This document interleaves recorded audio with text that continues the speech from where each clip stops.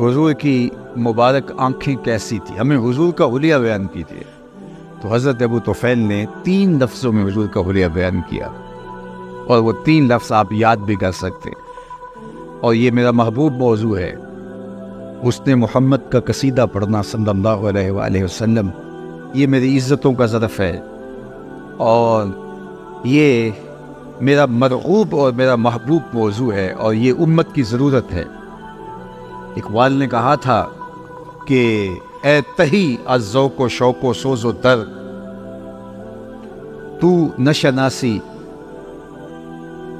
کہ عہد ما با ما چے کر، عہد ما ماراز ما بیگانہ کر، از جمال مصطفیٰ بیگانہ کر۔ اقبال نے کہا تھا اے ذوق، شوق اور کیفیت و درد کی دولت سے عاری شخص، تو نہیں جانتا کہ تیرے ساتھ ہوا کیا، اس زمانے نے تیرے ساتھ کیا اور تجھے کہیں کا نہ چھوڑا، تیرے ساتھ زیادتی کیا ہوئی۔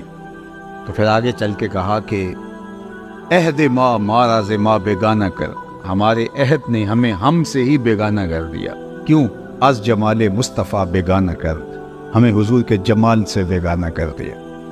جب امت حضور کے جمال سے دور ہوتی ہے تو پھر وہ امت اپنا سب کچھ کھو دیتی ہے۔ یہ جو حضور کی ذات کو وجہ نزا بنایا گیا اور ایسے موضوعات چھیڑے گئے، تو اس سے امت کی حضور کے ساتھ عقیدت کو کمزور کرنا مقصود تھا، اور امت الجھ کے رہ گئی۔ اور وہ ذات جو شعور، فہم، ادراک کی حدود سے ورا ہے، لوگ مسجدوں میں ترازو لے کے بیٹھ کے اس ذات کو تولنے لگے۔ تو پھر بچا کیا؟ جو محبت جس سے کرنی تھی، جس کے حسن کے قصیدے پڑھنے تھے، اس کو جب تولنے ناپنے بیٹھ جائیں گے تو پھر باقی کیا بچتا ہے؟ تو میں کہا کرتا ہوں ڈٹھے ورق قرآن دے پھول سارے، تیری شان جیا نہیں کوئی اور ڈٹھا، تیری شان دا کرے مقابلہ جڑا، ان عاشقاں اصلی چور ڈٹھا۔ کوئی نور آکھے کوئی بشر آکھے، پیندا رات دینی ایہو شور ڈٹھا، اللہ والیاں گل مکا دیتی تسا ہور ڈٹھا سا ہور ڈٹھا۔ تم نے حلیمہ کی بکریوں کے پیچھے پیچھے دیکھا ہے، سجدہ پر جبریل کے آگے آگے نہیں دیکھا۔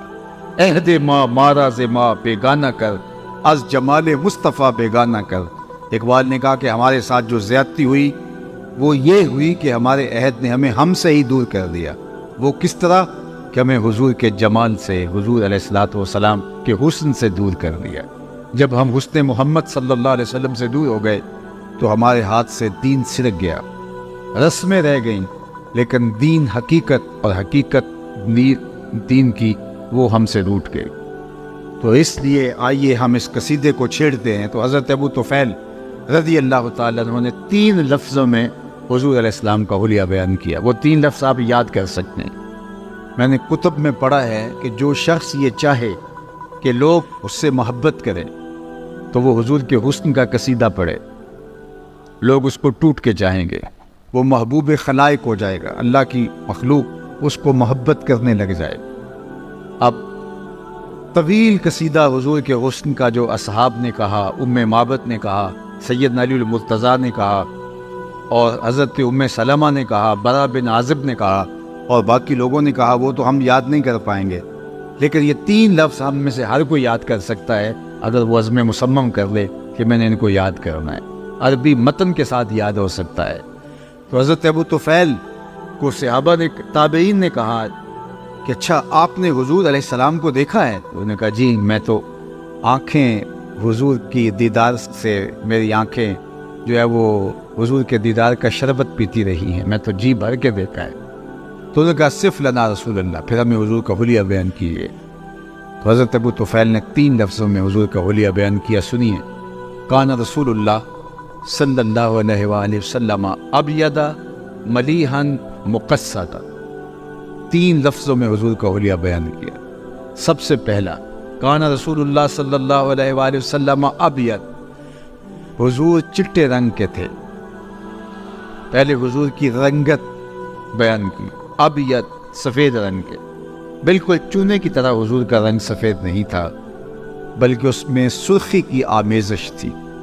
مزید تفصیلات میں اگر جائیں تو بالکل سفید رنگ اس طرح کا نہیں تھا، بلکہ اس میں آمیزش تھی سرخی کی، جس سے جو ہے وہ حسن نمایاں ہوتا ہے، اور یہ اللہ نے اپنے محبوب علیہ السلام کو شان عطا کی۔ اور آپ اگر میری گفتگو کو غور سے سن رہے ہیں اور آخری شخص تک میری بات پہنچ رہی ہے، تو میں آپ کو بتاؤں کہ دادا جو پوتے کا عرفی نام رکھ لیتا ہے اور لاڈ سے اس نام سے پکارتا ہے، عمومی طور پہ دادے کی جان ہوتی ہے پوتے میں، تو وہ اس کا کوئی عرفی نام رکھتا ہے لاڈ سے، پیار سے، نک نیم جسے کہتے ہیں، اور اس سے وہ پکار کر کے خوش ہوتا ہے۔ حضور علیہ السلام کے دادا حضرت عبد المطلب نے حضور کا ایک عرفی نام رکھا ہوا تھا، اور آپ اگر پوچھیں وہ کیا تھا تو وہ ابیت تھا۔ جب وہ لاڈ سے پکارتے کہتے یا ابیدو، اے گورے رنگ والے، اور خاندان میں حضور کا نام بطور ابیت چلتا تھا۔ حضور کے چچا جناب ابو طالب نے جو حضور کا قصیدہ پڑھا ہے تو اس میں بھی انہوں نے یہی کہا، وَأَبْيَضُ يُسْتَسْقَى الْغَمَامُ بِوَجْهِهِ سَمَالَ الْيَتَامَى عِصْمَةٌ لِلْأَرَامِلِ، یہ میرے گوری رنگت والا بھتیجا جس کے چہرے کو دیکھ کے بادل امٹ کے آ جائے۔ اللہ اکبر، یتیموں کا سہارا ہے اور بیواؤں کا آسرا ہے۔ سَمَالُ الْيَتَامَى عِصْمَةٌ لِلْأَرَامِلِ، تو ابیت سب سے پہلے حضور علیہ السلام کے رنگ کا ذکر کیا۔ سارے نقوش اچھے ہوں، قد قامت بہت اچھی ہو، آزاب متناسب ہوں، لیکن رنگ کالا ہو تو حسن نمایاں نہیں ہو پاتا۔ تو سب سے پہلے انہوں نے حضور کے رنگ کو بیان کیا، کان رسول اللہ صلی اللہ علیہ وآلہ وسلم ابیت۔ دوسری بات، ملیحن، حضور کا حسن نمکین تھا۔ ایک ہوتا ہے میٹھا حسن، دیکھو تو تڑپ جاؤ، اور ایک ہوتا ہے ملی حسن، نمکین حسن، دیکھو تو دیکھتے رہ جاؤ۔ خود فرمایا، انا املہ و اخی یوسف اصبح، میں نمکین حسن کا مالک ہوں اور میرا بھائی یوسف میٹھا حسن رکھتا تھا۔ حضرت یوسف علیہ السلام کا حسن میٹھا تھا اور حضور کا حسن ملی تھا، نمکین تھا۔ نمکین حسن کے اندر کشش زیادہ ہوتی ہے، ملی کی کشش سبھی سے زیادہ ہوتی۔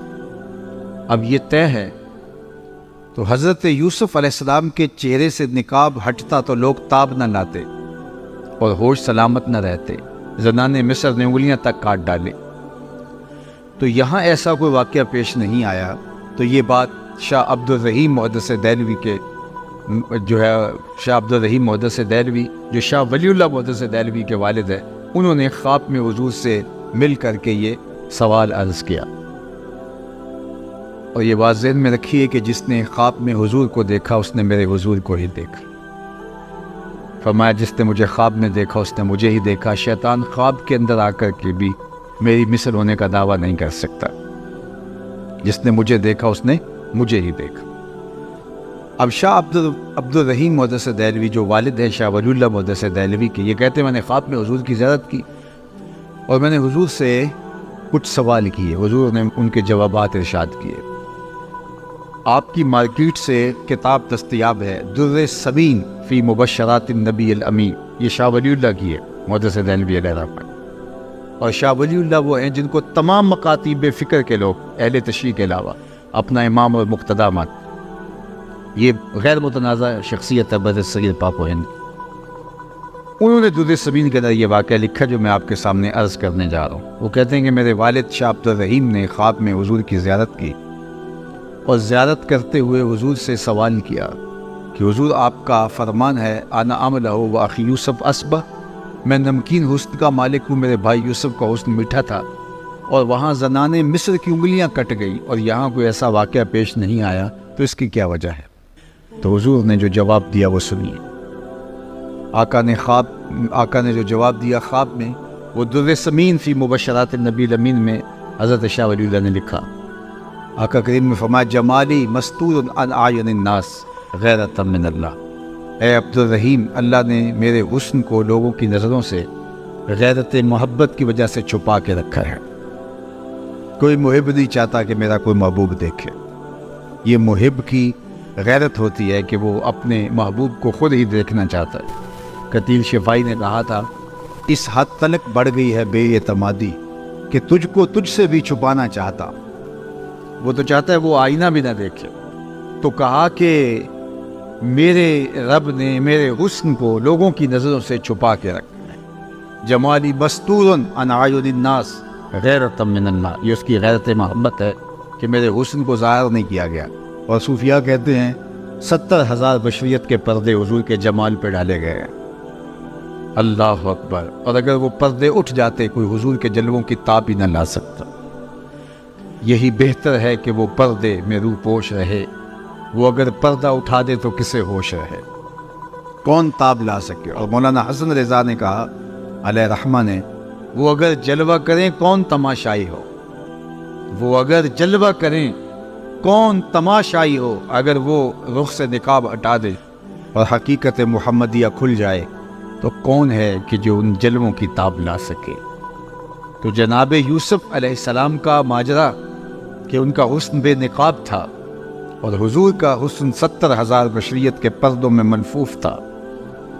وہاں زنان مصر کی انگلیاں کٹ گئیں تو وہ حسن بے نقاب تھا، اور یہ حسن ملی اس سے کہیں بڑھ کے تھا، لیکن 70,000 پردوں میں ملفوف رہا اور کسی کی تاب نہیں تھی کہ جو ہے وہ دیکھ لیتا اگر وہ حسن بے نقاب ہوتا۔ لیکن اس کے باوجود بھی حضرت حسان بن ثابت رضی اللہ تعالیٰ عنہ فرماتے ہیں کہ میں ان چند لوگوں میں سے ہوں جو حضور کا حلیہ بیان کرتے ہیں۔ یہ بڑے لطف کی بات ہے جو آپ کو بتانے جا رہا ہوں کہ حضور کو 1,44,000 صحابہ نے دیکھا ہے، لیکن حضور کا حلیہ بیان کرنے والوں کی تعداد 3 درجن سے زیادہ نہیں ہے۔ 34-35 لوگ ہیں جو حضور کا حلیہ بیان کرتے ہیں، جبکہ دیکھا کتنے لوگوں نے ہے 1,44,000۔ تو وہ ایک دوسرے سے پوچھا کرتے تھے بتاؤ حضور کیسے تھے، کہا تم نے نہیں دیکھا، کہا دیکھ کر کے بھی نہیں دیکھا۔ تو حضرت حسان بن ثابت کہتے ہیں کہ جو میں حضور کا حلیہ بیان کرتا ہوں میرے پاس دیکھنے کا ایک طریقہ آ گیا تھا۔ فلما نظرت الى انوارہ فوضعت کفی علی عینی خوفا من ذہاب بصری، میں اپنی آنکھوں پر انگلیاں رکھ کے انگلیوں کی اوٹ سے حضور کا چہرہ دیکھتا تھا کہ حضور کے جلووں کی تابش سے میری آنکھوں کی بینائی نہ جاتی رہے۔ یہ چھپے ہوئے حسن کا عالم ہے، یہ چھپے ہوئے حسن کا عالم ہے۔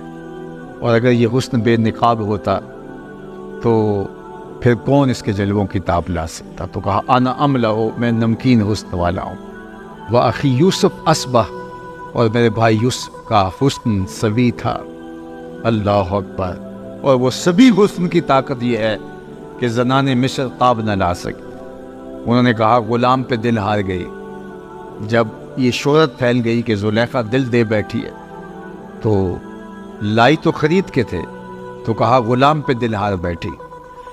تو اب زلیخا نے سوچا کہ اب میں ان کو دلائل دیتی پھروں گی تو کتنی دیر تک دلائل دوں گی، یہ تو نہیں مانیں گے۔ اقبال علیہ رحمہ نے کہا تھا نا کہ تیرا علاج نظر کے سوا کچھ اور نہیں، خیرت کے پاس خبر کے سوا کچھ اور نہیں، تیرا علاج نظر کے سوا کچھ اور نہیں۔ اس نے عالی مرتبت خاندانوں کی بیگمات کو اپنے گھر میں بلایا، دعوت کی، ہاتھوں میں ناشپاتیاں دیں اور چھریاں دیں اور ان کو کھانے کے لیے کہا، اور ادھر جا کے جناب یوسف سے کہا وقال تخرج علیہن، 2 لمحوں کے لیے آ جائے، میری محبت کی لاج رہ جائے۔ اور جناب یوسف رخ سے نقاب سرقا کر کے جب گزرے تو جنہوں نے ناشپاتیاں کاٹ دی تھی وفور شوق میں انہوں نے اپنی انگلیاں کاٹ لی۔ اللہ اکبر۔ اور کیا کہا وَقُلْنَا حَاشَ لِلَّهِ مَا هَٰذَا بَشَرًا إِنْ هَٰذَا إِلَّا مَلَكٌ کریم، یہ کوئی بشر نہیں، یہ تو کوئی مقرب فرشتہ لگتا ہے۔ جب تک دیکھا نہیں تھا تو کہتی تھی غلام ہے، دیکھ لیا تو بولی امام ہے۔ اللہ اکبر۔ تو یہ سارے جھگڑے اس لیے ہے کہ لوگوں نے دیکھا نہیں۔ جو دیکھ لیتے ہیں وہ جھگڑے نہیں کرتے، وہ جانے مارتے ہیں۔ یہ جھگڑے وہ کرتے ہیں جنہوں نے دیکھا نہیں۔ پیر وارث شاہ نے کیا خوب کہا تھا، جنہ ویکھیا نہیں ہو کرن گلنا، جنہ ویکھیا نہیں ہو کرن گلنا، جنہ ویکھیا ہو تے بول دے نہیں، جڑے محرم راز حقیقت دے اور راز حقیقت کھول دے نہیں۔ اس لیے یہ جھگڑے ہیں اس لیے کہ لوگوں نے میرے حضور کو دیکھا نہیں، جنہوں نے دیکھ لیا انہوں نے جانے وار۔ اللہ اکبر۔ تو کہا کان رسول اللہ صلی اللہ علیہ وآلہ وسلم ابید ملیحن، ان کا حسن ملی تھا۔ حضرت ابو ہریرہ بولتے کل قمر لیلۃ البدر لم ارا قبلہ ولا بعدہ مثلہ، کیا پوچھتے ہو، 14ویں رات کے چمکتے ہوئے چاند کی طرح حضور کا چہرہ تھا۔ اور پھر بولے نہیں نہیں نہیں، یہ تو تمہیں بیان کرنے کے لیے بتایا ہے، حضور جیسا نہ پہلے دیکھا نہ کبھی بعد میں دیکھا۔ اور حضرت حسان بن ثابت کہتے ہیں کہ دیکھتے کیسے، کسی ماں نے جنم دیا ہوتا تو دیکھتے، خدا نے وہ سچا ہی پن چھڑیا جہدے وچ محمد نو ٹالیا سی۔ حسینہ جمیلہ دا منہ موڑ دیتا، محمد بنا کے قلم توڑ دیتا، ایسا پیکر تراشا کہ دنیا دیکھتے ہی رہ گئی۔ اللہ اکبر، ایسا نورانی پیکر تراشا، ایسا حسین پیکر تراشا کہ زمانے نے جو ایسا نہ پہلے دیکھا نہ بعد میں دیکھا۔ اللہ اکبر، لکھاں آئے لوگ زمانے تے، محبوب خدا جیا کوئی نہیں، لکھاں سونے بن بن بیندے نے، او دی خاک پا جیا کوئی نہیں۔ اللہ نے جو جمال دیا، جو خوبصورتی دی، جو حسن دیا، جو چہرے کے اوپر چمک دھمک عطا کی، اللہ اکبر، وہ حضور کی ہی شان تھی۔ حضرت ام المومنین سیدہ عائشہ رضی اللہ تعالیٰ عنہ چرخہ کاٹ رہی تھی، اور حضور اپنے گھر کا کام کاج خود اپنے ہاتھوں سے کر لیتے تھے۔ تو حضور کسی کام میں لگے تھے کہ حضور کی مبارک پیشانی پر پسینے کے قطرے نمودار ہوئے، اور جب حضور کے رخ نور پر پسینے کے قطرے نمودار ہوئے تو یہ چرخہ کاٹتے کاٹتے رک گئی۔ تو جب آواز ختم ہوئی، یہ ایسی کھوئی نہ حضور کے چہرہ نور پر دیکھتے دیکھتے کہ یہ چرخہ بھول گیا۔ تو حضور علیہ السلام اپنے دھیان میں کام کر رہے تھے، تو جب دیکھا چرخے کی آواز بند ہو گئی تو حضور نے دیکھا تو عائشہ رک کے ٹک ٹکی باندھ کے حضور کے چہرے کو دیکھ رہے ہیں۔ تو حضور نے کہا عائشہ کیا ہوا؟ تو حضرت ام المومنین نے کہا حضور آج اگر ابو کبیر الحزلی ہوتا تو اسے اپنے شعر کا مصداق آپ کا چہرہ دکھائی دیتا، جس میں اس نے اپنے محبوب کے رخساروں پر جو ہے وہ شبنمی قطروں کا ذکر کیا ہے۔ تو یہ حضور علیہ السلام کی مبارک پیشانی اور حضور علیہ السلام کا رخ نور، بلکہ حضور بھی جانتے تھے کہ عائشہ حسن شناس ہے، اور آقا کریم علیہ السلام سے جس طرح ام المومنین پیار کرتی تھی، تو ایک دن حضور نے بھی کالے رنگ کی چادر کی بکل کی اور حضور تشریف لائے، اور ام المومنین موجود تھی۔ تو حضور نے کہا کیفا ترینی یا عائشہ، عائشہ بتاؤ آج کیسا لگ رہا ہوں، آج حسن خود ناز میں آ گیا ہے۔ اللہ اکبر، کیفا ترینی یا عائشہ، عائشہ کیسا لگ رہا ہوں؟ تو ام المومنین نے جو جواب دیا وہ بھی سنیے۔ سیدہ عائشہ نے کہا حضور چادر کی سیاہی نے آپ کے چہرے کی سفیدی کو نکھار دیا، اور آپ کے چہرے کی سفیدی نے آپ چادر کی سیاہی کو نکھار دیا۔ وہ حسن تھا حضور کا، کل قمر لیلۃ البدر لم ارا قبلہ ولا بعدہ مثلہ۔ کہا کیا پوچھتے ہو، 14ویں رات کے چمکتے ہوئے چاند کی طرف میرے حضور تھے۔ اور حضرت حسان بن ثابت کہتے ہیں نہیں نہیں، تم نے کیا دیکھا کہ خدا نے تو اس جیسی شکل ہی کسی کی نہیں بنائی۔ اللہ اکبر، وہ ایسا نور برستا تھا چہرے سے، ایسے انوار پھوٹتے تھے۔ اذا ضحک یتلالع فی الجدر، جب حضور مسکراتے تھے تو حضور کے چہرے سے نکلنے والی شعاؤں سے اطراف کی دیواریں چمکنے لگتی۔ حضرت انس بن مالک رضی اللہ تعالیٰ عنہ فرماتے ہیں کہ میں 7 یا 8 سال کی عمر کا تھا جب حضور مکے سے ہجرت فرما کے مدینہ تشریف لائے، اور جب حضور کا وصال ہوا تو اس وقت میری عمر 17 یا 18 سال تھی۔ تو کہتے ہیں کہ جب حضور تشریف لائے مدینہ المنورہ میں تو میں 7 اور 8 سال کا تھا، اور لوگ حضور کو دیکھنے کے لیے گئے تو میں بھی گیا۔ تو حضرت انس بن کعب کہتے ہیں میں نے اس دن سے روشن دن زندگی میں کبھی نہیں دیکھا۔ اور دوسری بات کہتے ہیں کہ حضور کے مبارک چہرے سے جو نور نکلتا تھا، مدینے کی کچی دیواروں پر اس کی روشنی پڑتی تھی۔ اللہ اکبر۔ ابن ماجہ کے شارح نے لکھا کہ ایک تو ہوتا ہے نا کہ ویسے ہی مانوی روشنی کی بات کر یا جناب آپ آ گئے تو محفل میں نور آ گیا، اس سے تر و تازگی روشنی مراد ہوتی ہے، تر و تازگی مراد ہوتی ہے، فرحت و روحانیت مراد ہوتی ہے۔ لیکن ابن ماجہ کے شارح لکھتے ہیں کہ ایسا نہیں تھا کہ حضور کے آنے سے ایک رونق آ گئی اور اس کو انہوں نے نور کہا نہیں، لوگوں نے واقعی اپنی آنکھوں کے ساتھ مدینے کی دیواروں پر حضور کے چہرے سے نکل کر عکس پڑتے ہوئے دیکھا تھا، اور حضور کے چہرے سے پڑنے والے عکس سے مدینے کی کچی دیواریں بھی روشنیاں بانٹ رہی۔ یہ حضور کے چہرے کے اجالے تھے۔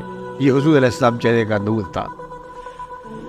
ایک صحابی تھے قتادہ بن ملحان رضی اللہ تعالیٰ عنہ، ایک دن گزرے تو حضور علیہ السلام کو ان کو پیار آ گیا، تو آقا کریم نے اپنے دونوں ہاتھ اور ہتھیلیاں قتادہ بن ملحان کے چہرے پہ پھیر دی اور ان کا چہرہ روشن ہو گیا۔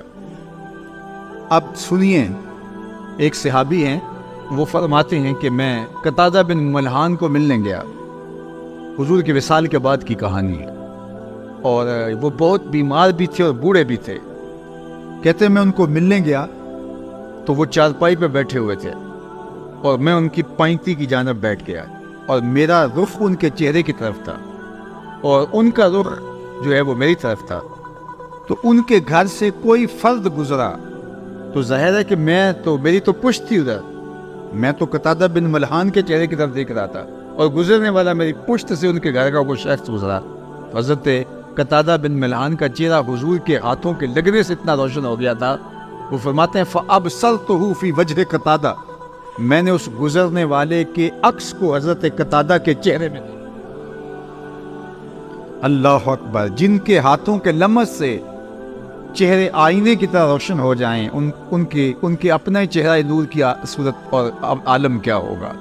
اسی لیے ام المومنین سیدہ عائشہ رضی اللہ تعالیٰ عنہا فرماتی ہیں کہ میں گھر میں کوئی چیز سی رہی تھی کہ میرے ہاتھوں سے سوئی گر گئی، اور حضور کا گھر ہے اور دیے میں جلانے کے لیے تیل بھی نہیں، مالک کونین ہیں، وہ پاس کچھ رکھتے نہیں، دو جہاں کی نعمتیں ہیں ان کے خالی ہاتھ میں۔ تو کہا حضور کے گھر میں دیے میں جلانے کے لیے تیل بھی نہیں، اور میں پریشان تھی کہ اب یہ گمی ہوئی سوئی کیسے ملے گی، اتنے میں حضور تشریف لے آئے۔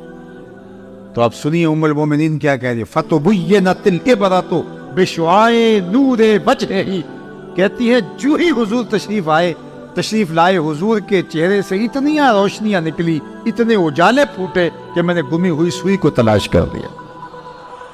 یہ چمک اور دھمک تھی اس چہرے کی کہ وہ چہرہ نور بانٹتا تھا، وہ چہرہ اجالے بانٹتا تھا۔ کل قمر لیلۃ البدر لم ارى قبلہ ولا بعدہ مثلہ، اللہ اکبر!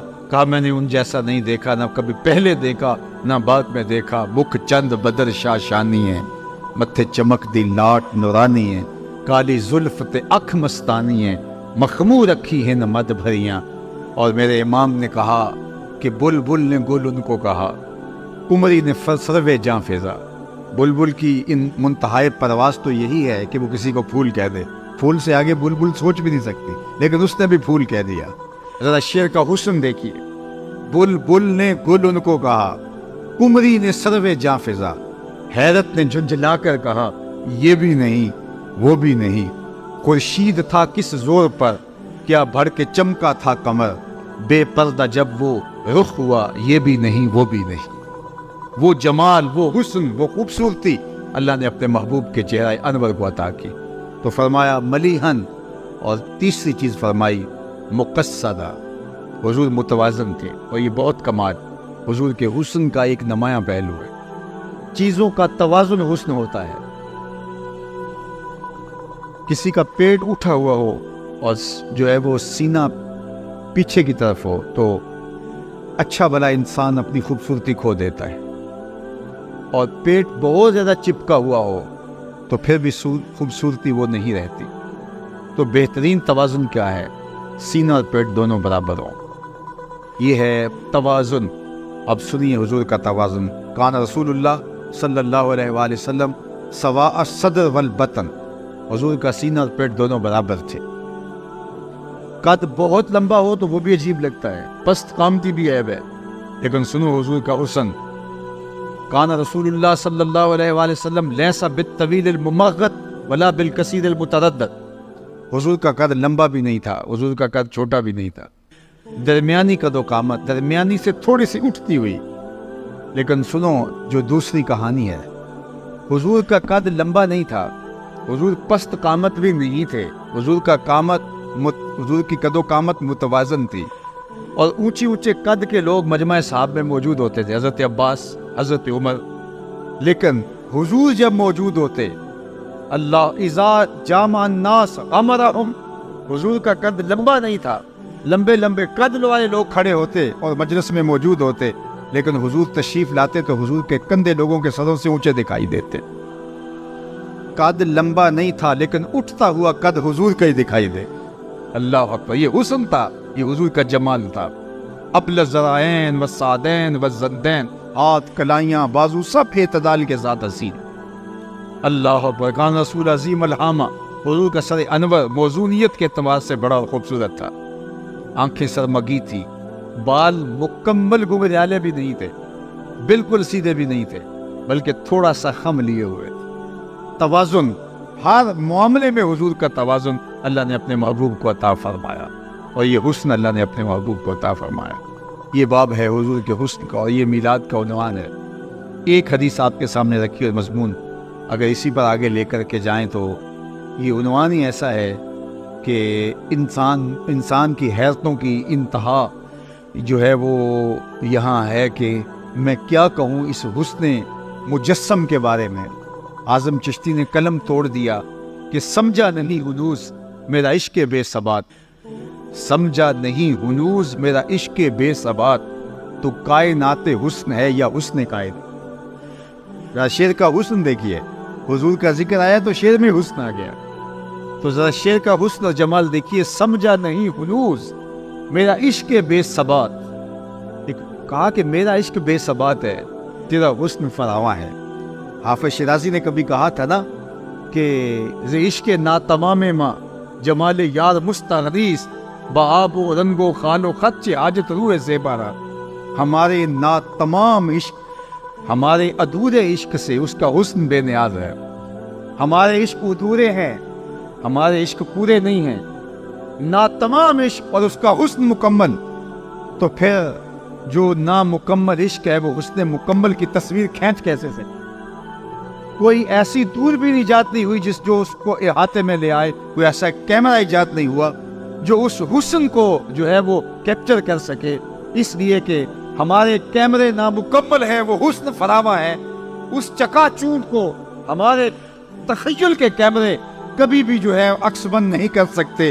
اب سنیے حافظ شیرازی کے لفظ، ز عشق ناتمام ماں جمال یار مستغریس، اس کا جمال حبیب اور اس کی تابانیاں اور اس کی تابشیں وہ ہمارے ادھورے عشق کے بس کی کا روگ نہیں ہے۔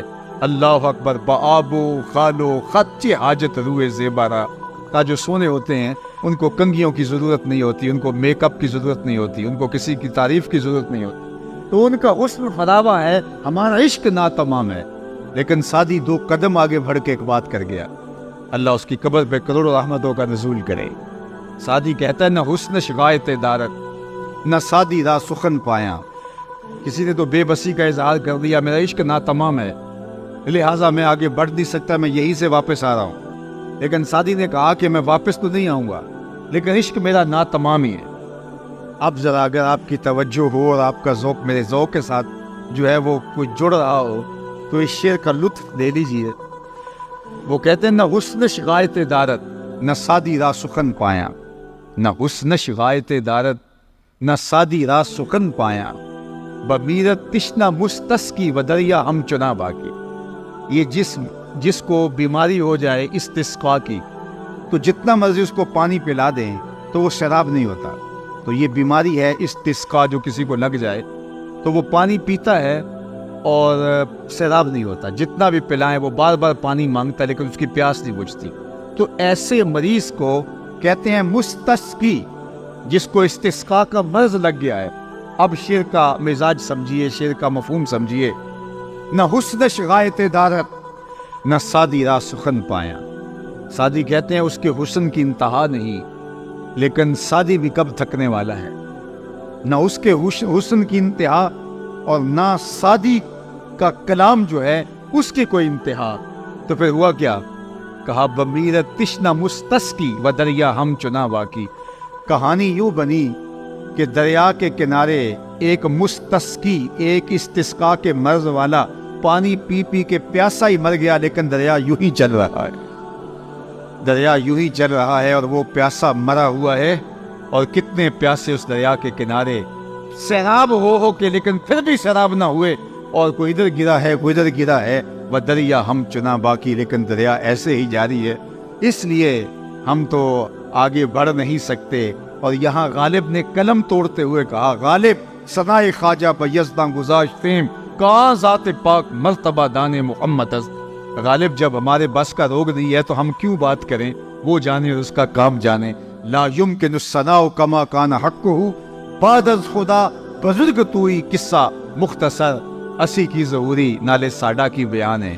او دیاں تے خوبیاں دا نات خاں قرآن ہے، صورتاں سپارے رنگ نبی دے جمال دا، لب کے لے آواں کتوں سونا تیرے۔ جو مرضی کرتے پھر بے بسی کا اظہار ہے، نہ حسن شغایت دارت نہ سادی را سخن پایا، بمیرت تشنا مستسقی و دریا ہم چنا باقی۔ اس لیے ہم یہاں بے بس ہیں۔ اب یہ عنوان کہ ان کے حسن فراواں کی کشش اور چمک آج بھی زمانہ اس سے روشنی اور آج بھی اجالا اور نور لے رہا ہے۔ کائنات کے اندر یہ جتنے بھی اجالے آج بھی موجود ہیں، یہ حسن محمد کی زکوٰۃ ہے، یہ ان کے حسن کی خیرات ہے، اور وہ حسن آج بھی بڑھ رہا ہے، اور اس کے فیض و برکات آج بھی جو ہے وہ عالم کو نصیب ہو رہے ہیں۔ دوسری بات، حضور کے خصائل، یہ عنوان ہے۔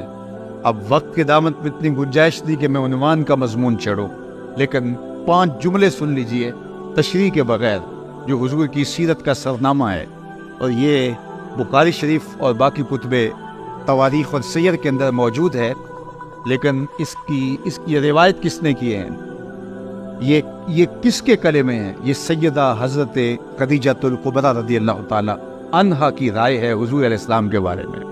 یہ ہے حضور کی سیرت کا آئینہ، حضور کی سیرت کا ایک آپ شمع دیکھنا چاہیں، حضور کی سیرت کا ایک عنوان دیکھنا چاہیں تو صرف یہ 5-6 عنوان دیکھ لیجئے۔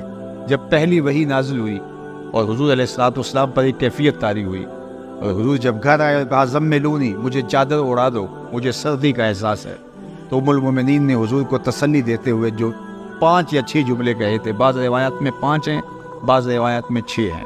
وہ جملے کیا تھے؟ انہوں نے کہا، کلا واللہ لا یخزیک اللہ ابدا، اللہ کی قسم آپ کا رب آپ کو کبھی بھی بے آبرو نہیں ہونے دے گا، آپ کا رب آپ کو کبھی بھی بے آبرو نہیں ہونے دے گا۔ کیوں؟ اب سن لیجئے، یہ حضور کی سیرت کے 5 نمایاں پہلو ہیں، اور یہ ہم سنے بھی، میں اس کی تشریح میں نہیں جانے کا، وقت چونکہ سمٹ گیا، لیکن میں چاہوں گا کہ سنتے سنتے میں اور آپ اپنا جائزہ لیں کہ کیا ہم نے اپنے نبی کی محبت میں اپنے اندر یہ 5 وصف پیدا کر لیے ہیں۔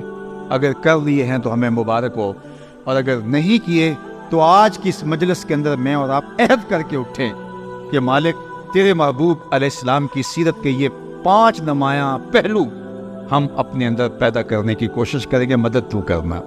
اور میلاد رسول میں ہم یہ دعا مانگ رہے ہیں، اللہ حضور کی سیرت کے یہ 5 وصف ہماری سینوں کے اندر ڈال دے اور ہماری طبیعتوں کے اندر ان کو راسخ کر دے۔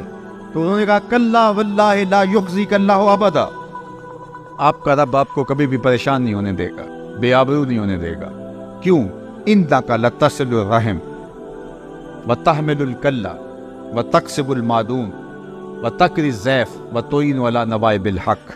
یہ 5 خوبیاں حضور کی انہوں نے بیان کی۔ سب سے پہلی، انک لتصل الرحم، آپ رشتہ داروں کے ساتھ سلوک اچھا کرتے ہیں۔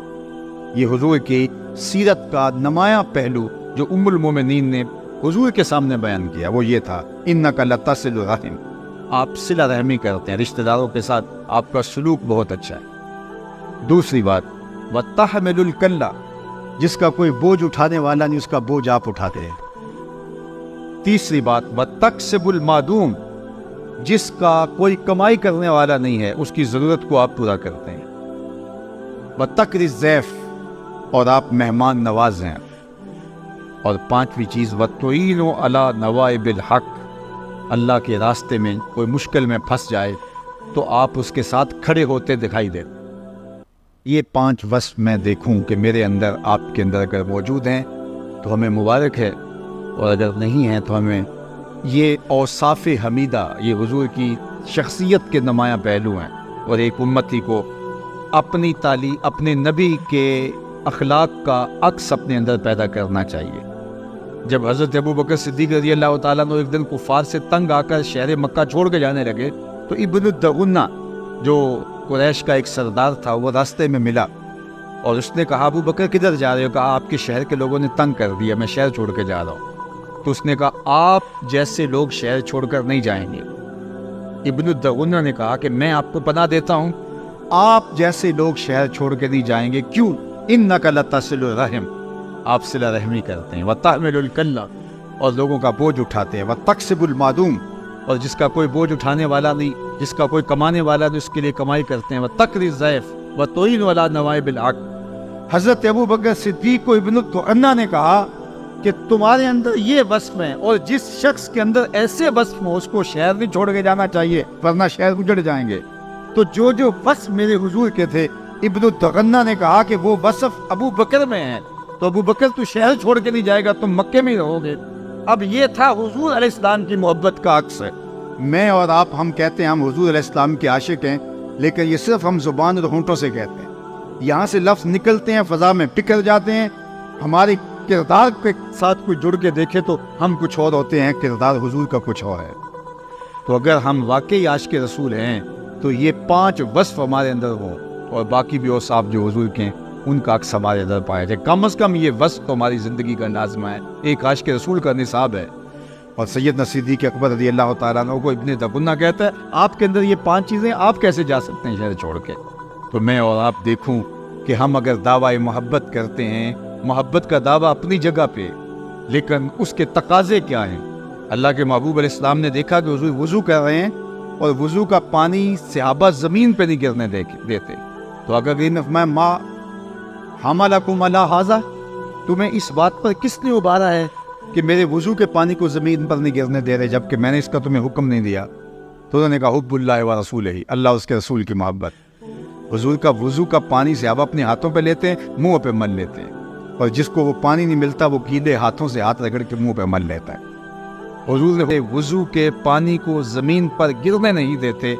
تمہارا یہ عمل بہت اچھا ہے، لیکن یہ نہیں کہ اس عمل پر ہی تمہارا فوکس رہے اور تم ہمسایوں کے حقوق پامال کر بیٹھو۔ تمہارا فوکس اس عمل پہ رہے کہ میرے پانی کو زمین پر نہیں گرنے دیتے، لیکن تمہاری زبان سے جھوٹ نکل جائے۔ تو کہا یہ تمہارا عمل، اس پہ حضور نے نفی نہیں کی، لیکن کہا کہ تم یہ اس لیے کر رہے ہو نا کہ اللہ کے رسول کی محبت اور اللہ کی محبت۔ تو کہا اگر یہ تم چاہتے ہو تمہیں یہ 3 کام بھی کرنا پڑیں گے۔ تو جھنڈیاں لگاؤ، میں اس کا انکار نہیں کرتا، چراغاں کرو، میں اس کا انکار نہیں کرتا، آپ اپنی گلیوں کو سجاؤ، آراستہ کرو، یہ تمہیں اجازت ہے، لیکن کبھی ہمسایوں کے حقوق پامال نہ ہونے دے۔ بلکہ میں ایک بات کہوں، شاید میرے کچھ ہم مسلک مجھ سے ناراض بھی ہو جائیں، لیکن میں آپ کو کہوں کہ اگر اس بار آپ چراغاں نہیں کر سکتے اور آپ کے محلے کے اندر کچھ لوگوں کا میٹر اس لیے کٹ رہا ہے کہ وہ بل دینے کی اہلیت نہیں رکھتے، تو آپ چراغاں کرنے کی بجا ان کا بل دے دیں تو اللہ کے رسول زیادہ خوش ہوں گے۔ یہ تمہیں کرنا ہوگا، لوگوں کی ضرورتوں کا خیال، چراغاں بھی کریں اور بل بھی دیں، یہ تو بہت اچھی بات ہے، لیکن آپ کے اختیار میں اگر ایک چیز ہے تو آپ اگر یہ کر لیں تو حضور کی خوشنودی کا سبب ہو سکتا ہے۔ بلکہ میں نے تو ایک زمانے میں کہا تھا کہ جتنا جو ہے وہ چھت بنا کر کے مختلف بوٹے اور تاروں کی جتنے پیسے آپ گلی کے اوپر لگاتے ہو، تھوڑے سے پیسے اور ڈال کر کے اگر نیچے والی گلی پکی کر دو تو یہ تو صرف 10 دن کے لیے ہے اور وہ پوری عمر کے لیے ہے، تو میلاد والا رسول تم سے زیادہ خوش ہوگا۔ تو ہم نے یہ دیکھنا ہے، ہر پہلو سے دیکھنا ہے۔ لازمی نہیں ہے کہ ایک بندہ بات کر رہا ہو، درست کر رہا ہو، آپ کا عشق ضروری اس کے اوپر فتوے لگا رہا ہو، اس کو سوچ بھی لو کہ جو کہہ رہا ہے وہ سچ کہہ رہا ہے، درست کہہ رہا ہے، اور حالات کو پوری طرح سے نگاہ میں رکھ کے کہہ رہا ہے۔ اس لیے جو ہے وہ اپنے بدیروں کو ضرور سجاؤ، لیکن اگر آپ کی ہمسائیگی کے اندر اندھیرا ہے تو اس اندھیرے کو دور کرنے کی کوشش کرو، حضور خوش ہوں گے۔